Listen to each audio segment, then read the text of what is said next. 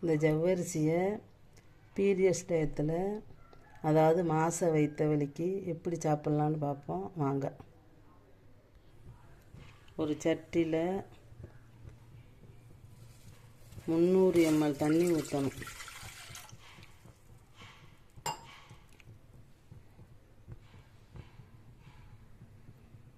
அது நல்லா கொதிக்கணும். அந்த தண்ணி ஜவ்வரிசியை இப்படி கழுவி வச்சுக்கிறணும். ஒரு தண்ணி கழுவி வச்சுக்கிறணும்.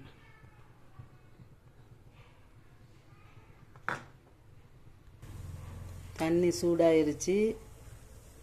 இந்த கழுவி வச்ச ஜவ்வரிசியை ஊற்றணும்.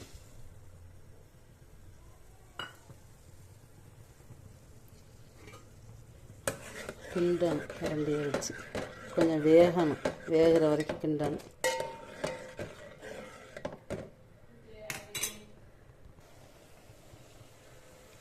நல்லா கொதிச்சிருச்சு. ஸ்டவ்வை சிறுத்து வச்சு கொஞ்சம் நேரம் கொதிய போடணும். சிறு தீயில நல்லா வெந்துருச்சு. இதுக்கு உப்பும் போடக்கூடாது, சீனியும் போடக்கூடாது. மாத வயிற்று வலி கறவை குடித்தா மாத வயிற்று வலி நின்றுடும்.